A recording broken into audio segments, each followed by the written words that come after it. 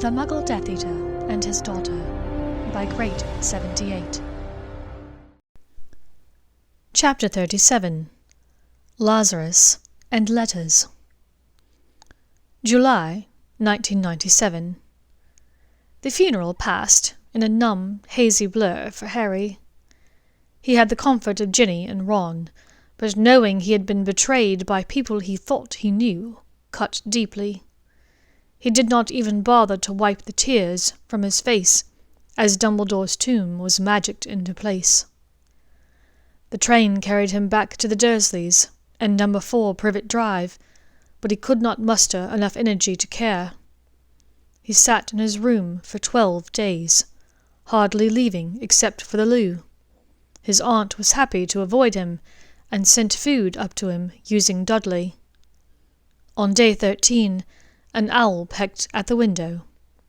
It was not the first owl he had received. The Weasley owls had all come, bearing notes of encouragement, filled with platitudes, saying things like, "This too shall pass," and "Just give it time." Sirius had written to say that everything would work out all right, and that Harry could come and visit soon. Even this barely stirred Harry's interests. There was one letter that he did not receive, but wanted the most. He needed an explanation, and he needed it from her. Angrily, he stalked to the window and took the letter from the bird. After opening it, he found himself staggering backwards, tripping over a chair, and going ass of a tea kettle onto the floor. "What's all that infernal racket?" Uncle Vernon's voice boomed up from the ground floor. Harry did not hear him. The letter was written in a familiar, slanting handwriting. It was unsigned, and only contained 2 sentences, but Harry had to read it 5 times to be certain of what it said. "Harry, Professors Lupin and McGonagall will come for you tomorrow. We will explain everything." Hermione smoothed down her summer dress nervously. "What time are they coming?" "Remus and Minerva went a little whinging at 4 o'clock. They will need to discuss a few things with Harry's family, but they should be along shortly. Before he arrives, tell me about your encounter with Lord Voldemort after I died," Albus Dumbledore asked her kindly. She blew out a breath. "It wasn't as horrible as I expected. He was disappointed that we were not the ones to carry out the deed, but he said he expected it. He plans to put Snape as head of Hogwarts by September."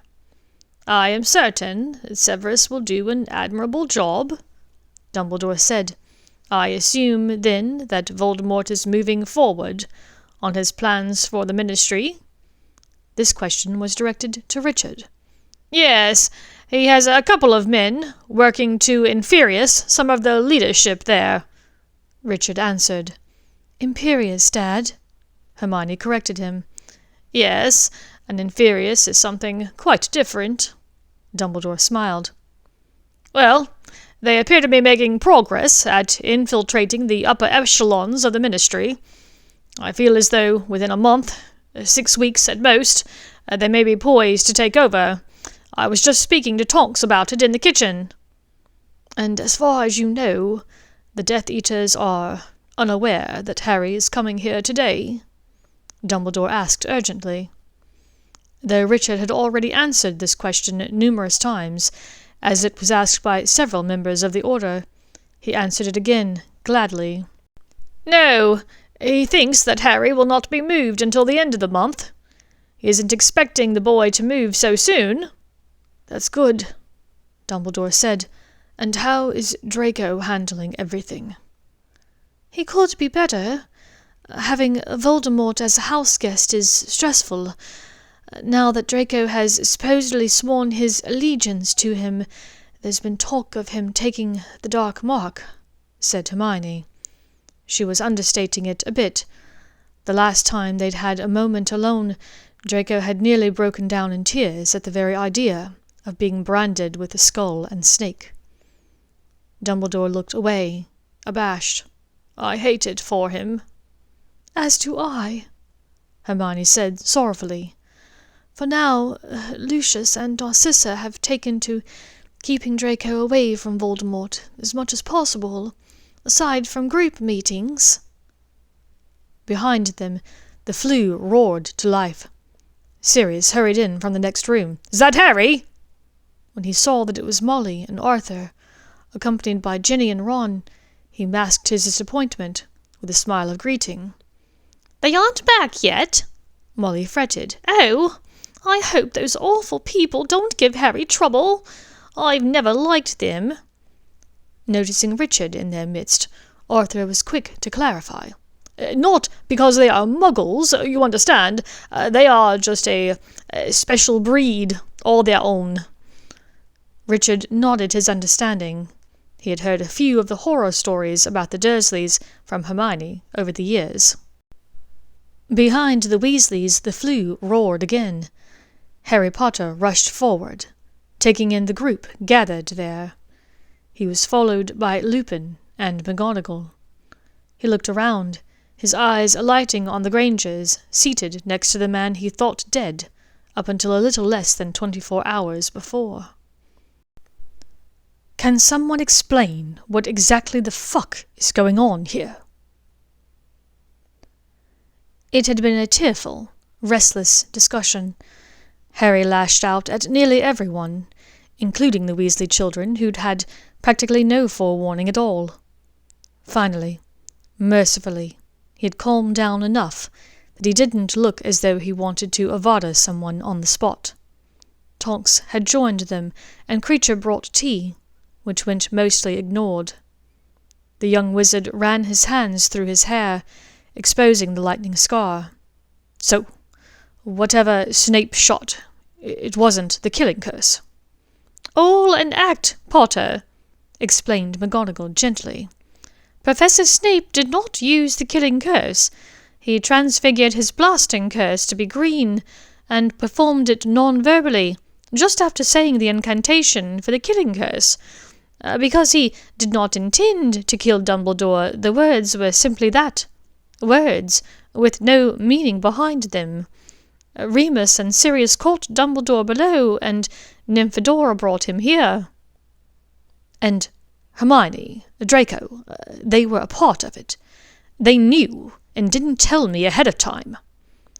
Harry had refused to look at her since arriving, but now he turned blazing green eyes on her. "What the hell were you thinking, agreeing to this?" "We didn't want to, Harry. I felt awful. But the Order knew that you would be under scrutiny at the funeral. If your grief didn't look real, it might seem suspicious. As it was, the fact that Snape performed the Avada when he was supposedly reformed—" "Supposedly," Harry said bitingly. "Harry," Professor Dumbledore said chidingly, "I cannot speak to why Professor Snape has chosen his side. It is his secret to tell. But even now, I have complete confidence in him." Sirius stood and warmed his hands at the fire.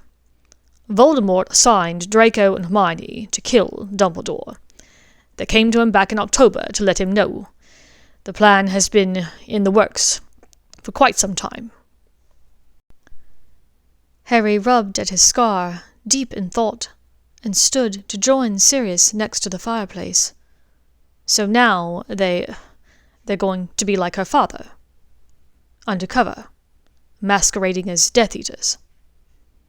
Hermione sniffled, and gratefully accepted the gesture when Ginny put a comforting arm around her. "I'm afraid so. I'm not sure we have another choice." An hour later, Minerva departed, and Kingsley arrived. He and Tonks fell into a lengthy discussion with Sirius and Lupin about the tenuous state of the Ministry. Hermione and the Weasleys had gone off in search of the makings for dinner in the kitchen, and Harry was left alone with Richard and Professor Dumbledore. "Harry, let me apologize again for keeping this secret from you," Dumbledore said.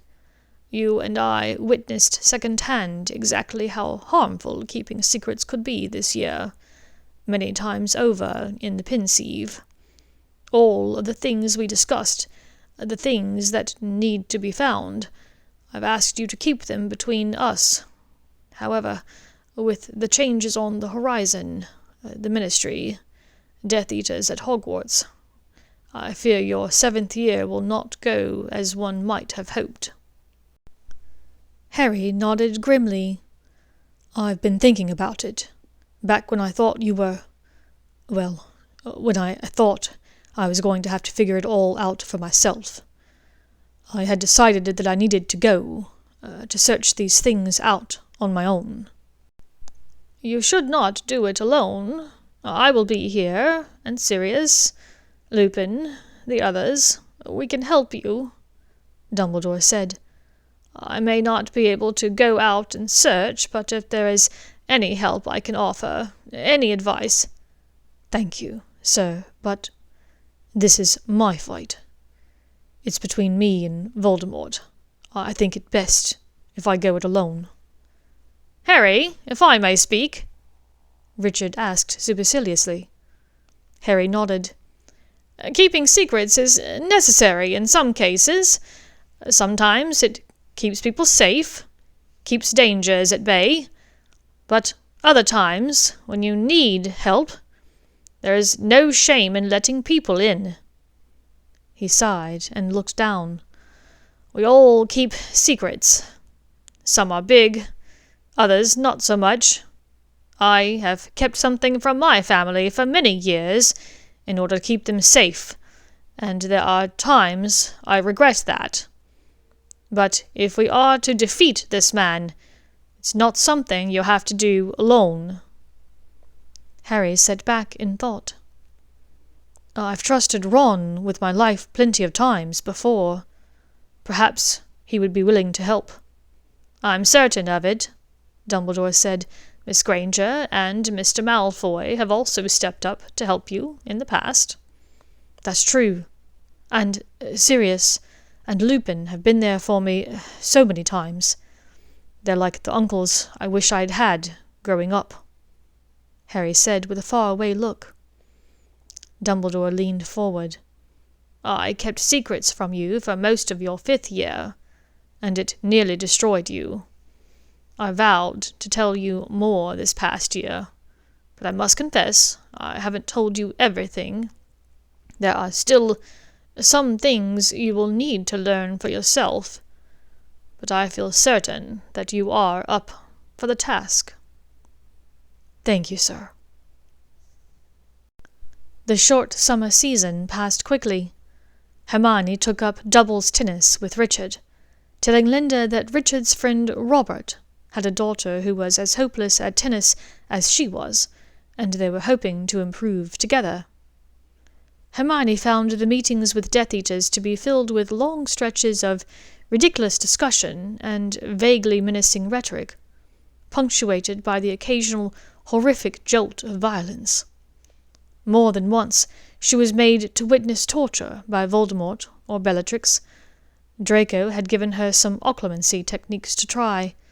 Whilst she was not proficient at it, it was enough that she could compartmentalize her thoughts during these times to keep her face somewhat neutral. She was continually amazed at her father's ability to do the same without the benefit of occlumency.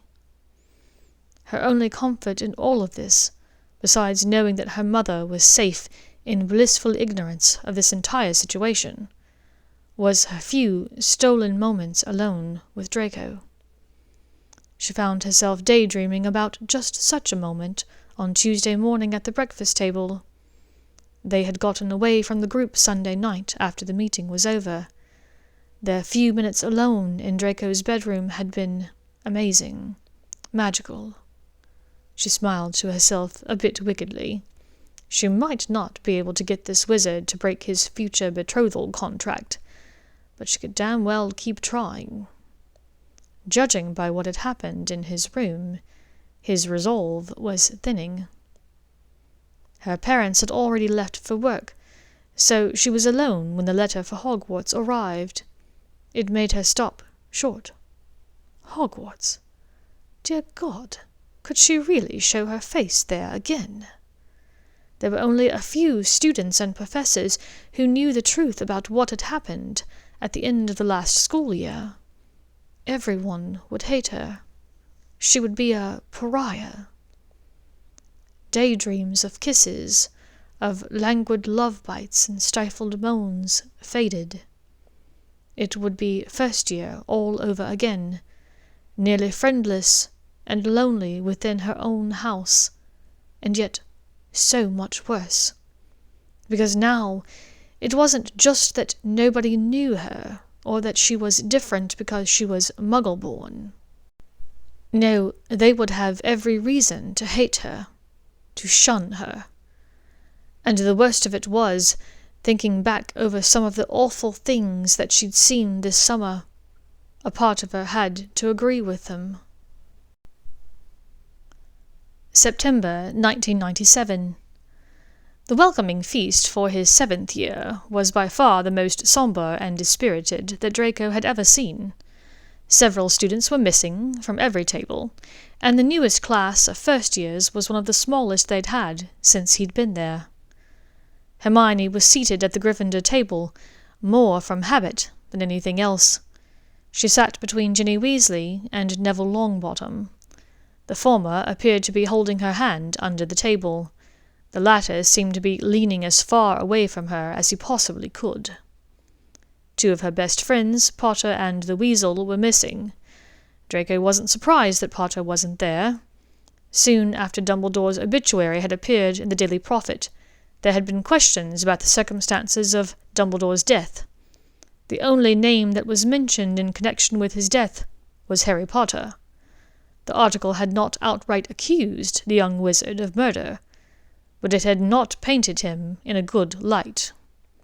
Clearly, Voldemort's influence was already reaching the Prophet.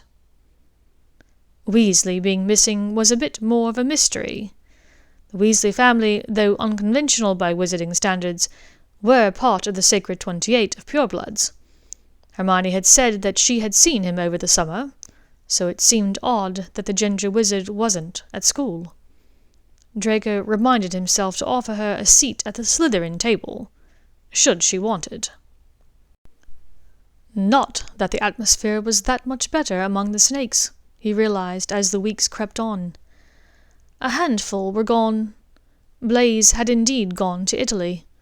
The Greengrasses and Bletchleys had left for America. The only ones remaining of Draco's class of Slytherins were Pansy, Theo, Goyle, Crabbe, and Millie. The Slytherins who were left were afraid to say the wrong thing to each other. Besides a handful who had been rather vocal, or who had been involved in a plot to kill the headmaster the previous year, it was impossible to tell who supported the Dark Lord. Certain classes were simply no longer held this year. Professors Vector, Babbling, and Sinistra had apparently left the British wizarding world over the summer, leaving vacancies in arithmancy, ancient runes, and astronomy. Seeing as these were 3 of Draco's and Hermione's newt subjects, this was a big blow to their magical education. It was understandable, however. Professor Sinistra was married to a Muggle-born, and Professors Babbling and Vector had been quite vocal over the years in their support of peaceful Muggle relations. Muggle studies was now compulsory, but was being taught by Alecto Caro, who had no business being near children or teaching anyone anything ever, particularly about Muggles. Her social skills and level of knowledge mirrored that of her unintelligent brother Amicus, the new Defense Against the Dark Arts teacher. By October, it was clear that the course should be renamed simply Dark Arts. Students were shown unforgivables, offensive hexes and curses rather than defensive ones. It had become a place for petty payback and grudge airing. More than once, Hermione had found herself cursed when her back was turned. The fact that the room was full of Gryffindors and Ravenclaws made it so much worse.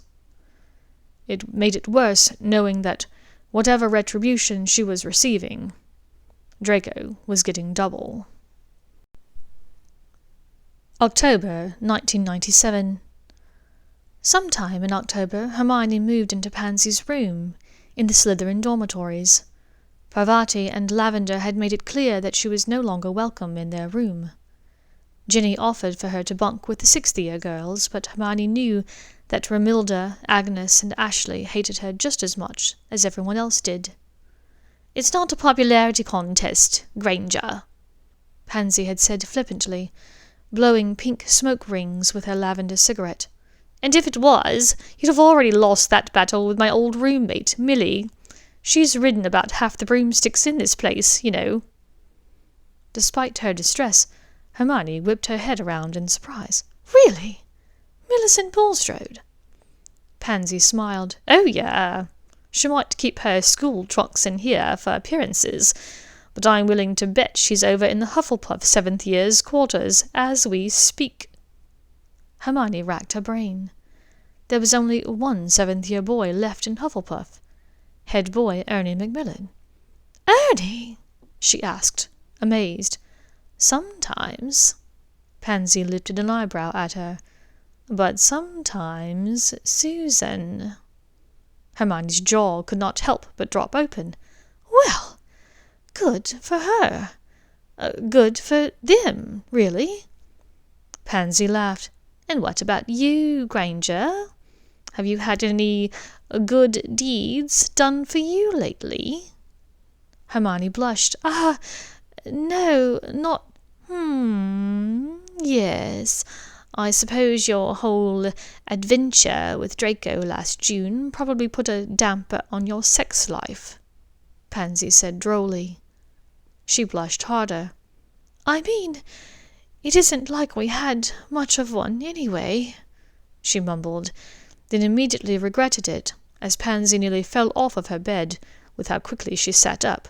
"Hold on, Granger. Are you telling me that you haven't let Draco catch the golden snitch?" Hermione rolled her eyes and huffed. "Could you be any more crass, Pansy?" "Yes, which I could have called it the golden snatch. Now, quit evading the question and tell me, have you two never... Pansy, this is none of your business." "Ew! Salazar, sweet spunk, you haven't! I bet I know what's going on. Lucius got to him." "What do you mean?" Hermione asked in confusion. The dark-haired witch snorted in laughter and ground out her cigarette. "Every pure-blood parent gives a very nice and well-intentioned speech to their children whenever they leave for Hogwarts. The importance of purity, the detrimental nature of indecency, the significance of the betrothal, always with the fucking betrothal." She fell back on her bed. "Merlin, I thought Anthony Goldstein was going to off himself when I touched his cock under the table at the library once." Hermione considered what Pansy was saying. It did make sense. It was clear that the importance of the betrothal contract had been drilled into Draco's head. Still, it wasn't like either of them had really felt up to doing much this year, anyway.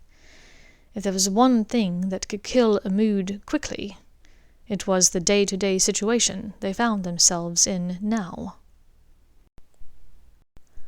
One Wednesday in late October, Hermione was roused from sleep, surprised to find Hedwig waiting for her on her nightstand. Houdini sniffed hopefully at the bird, perhaps thinking fondly of Thorn, Draco's eagle owl. She nuzzled Hedwig's cheek sleepily and summoned a few owl treats from a jar in her trunk. Sated, Hedwig swept out of the door to make her way to the owlery. Picking up Houdini and settling him on her chest to pet as she read, she unsealed the letter. But it was very short, only containing a few words. "MM Fire. Troll Knight -1. Bring him." Hermione read it several times, trying to discern the meaning within. It was clearly written in Ron's messy handwriting, so at least he was all right, wherever he was. Troll Knight. That must mean the night she encountered the troll with Harry, Ron, and Draco, back in first year. Halloween was 2 nights away, so he must mean tomorrow night. Bring him. Did this mean Draco? Snape? Her father? Houdini? Surely Ron meant Draco, though it seemed odd, considering how the 2 wizards didn't always get on well. Fire. As she was sure Ron did not mean Moaning Myrtle, it had to mean Minerva McGonagall. It was late. Draco was likely awake in bed, but as he still roomed with Vincent and Greg, sympathizers of the Dark Lord, she could not very well go to him and announce that they needed to meet Ron Weasley tomorrow night. She dashed off a quick note and concealed it within the bow-tie collar around Houdini's neck. "Take this to Draco," she whispered, and the white ferret disappeared into the darkness. Thank you for listening to this chapter of The Muggle Death Eater by Great78.